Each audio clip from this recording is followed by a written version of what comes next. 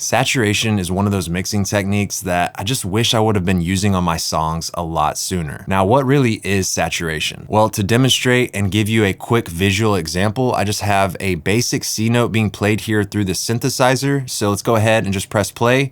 And I want y'all to pay attention over here on the frequency analyzer and see where this note is being played at within the frequency spectrum.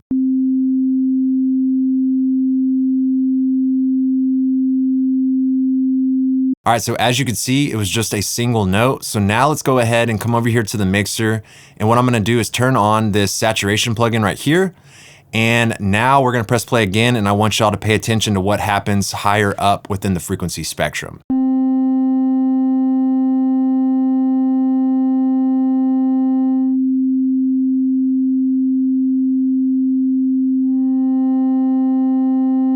Okay, so as you can see with the saturation plugin turned on, there was a whole lot more frequency information within the frequency spectrum. And these are what are known as harmonics. And harmonics are gonna make your sound more full and more heavy because you're literally filling up the frequency spectrum. So saturation, in simple terms, is just the process of adding harmonic distortion to your audio signal. Now, what is being done to actually achieve this effect? Well, in today's world, we have plugins that basically emulate the sound or the saturation that occurs when you push things like mixing consoles or tape machines or really just any type of analog hardware. Once the components in these devices are driven past their linear range, it starts adding these harmonics to the audio signal. And when done in a very subtle way, you end up with a more warm and less digital sounding mix. And when you do it aggressively, you end up with just flat out distortion. So let me go ahead and show you a much more practical way and one of my favorite ways to use saturation within a mix.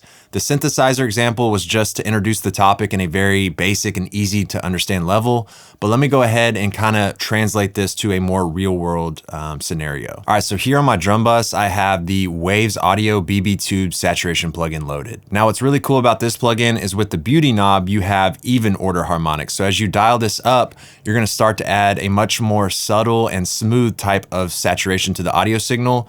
And then with the beast knob, you're gonna add a much more aggressive type of saturation. So as you kind of increase this beast knob, you're gonna start to get a much more type of distorted sound. So the blend between these two knobs is really how you can dial in this type of saturation on your drums. So I'm gonna go ahead and press play and I'll bypass this plugin on and off so that way you can hear the difference.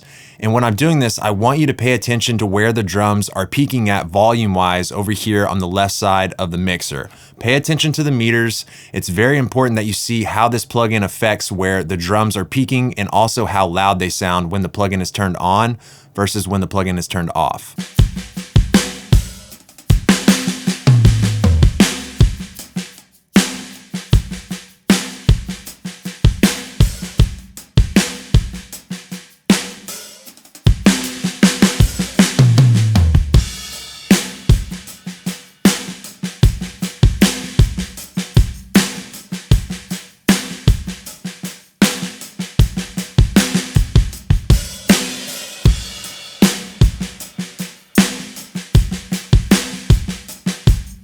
All right, so as you can see, when the saturation was turned on, the drum's peak level came down from -6 all the way to -9 dB. So we saved ourselves 3 dB of headroom. But when you actually listen to the drums, they didn't lose anything in terms of volume. If anything, they actually sounded louder. So let's go ahead and take one more listen. Again, pay attention to the meters and how loud the drums sound when I turn this plugin on versus when it's turned off.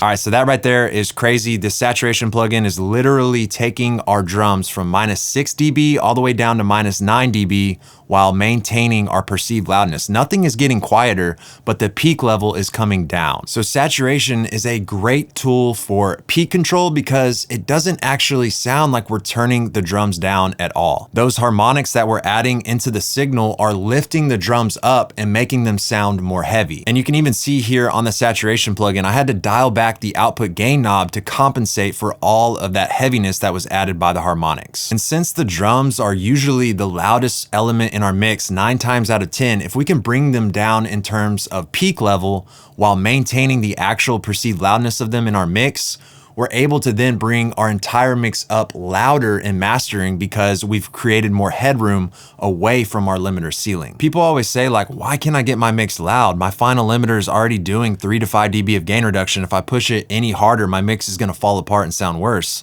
Well, if you come back to the mix and add saturation or clipping to the loudest elements in your mix, and then you come back to the limiter that's on the master, you'll see that it's no longer doing that 3 to 5 dB of gain reduction. Now it might only be doing like a half dB of gain reduction on the limiter instead of 3 to 5 dB of gain reduction. And it's because you brought those peaks down so they're not triggering the limiter as much. And the great thing is it's not gonna sound quieter at all because the saturation you added just brought the peaks down, but it didn't bring the perceived loudness down. Now, something that people get confused with a lot with saturation, clipping, peak level and headroom, they say, if you want more headroom, why don't you just turn the drums down? Well, there's a huge difference between actually grabbing the volume fader and turning the volume of the drums down as opposed to adding saturation and bringing the peak level down. The volume fader is actually going to turn the volume down and make it sound quieter. Whereas saturation is just gonna bring the peak level down, but it's not gonna actually sound quieter because you're adding all of these additional harmonics. You see what I'm saying? Like, we set the initial levels and balance of our drums within the mix for a reason. So why would you wanna come back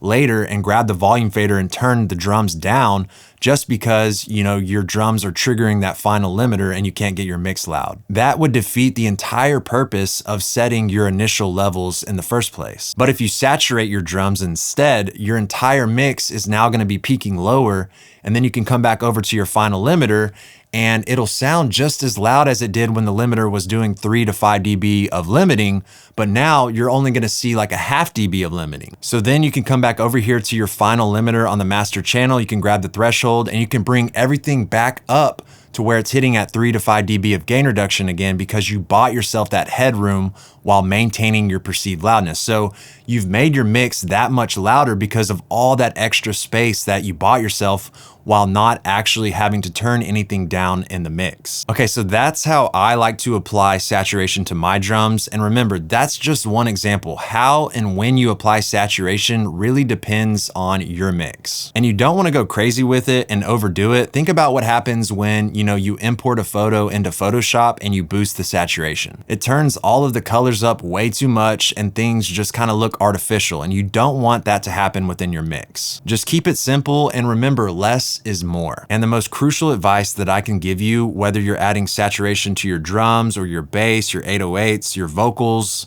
your bus channels, or your master channel, always use your ears and trust your ears. If it sounds good, then it is good. All right, so that's it for today. I hope you enjoyed the content. Please consider subscribing to the YouTube channel if you haven't done so already. Leave me a comment, let me know what you think, and I'll see you in the next video.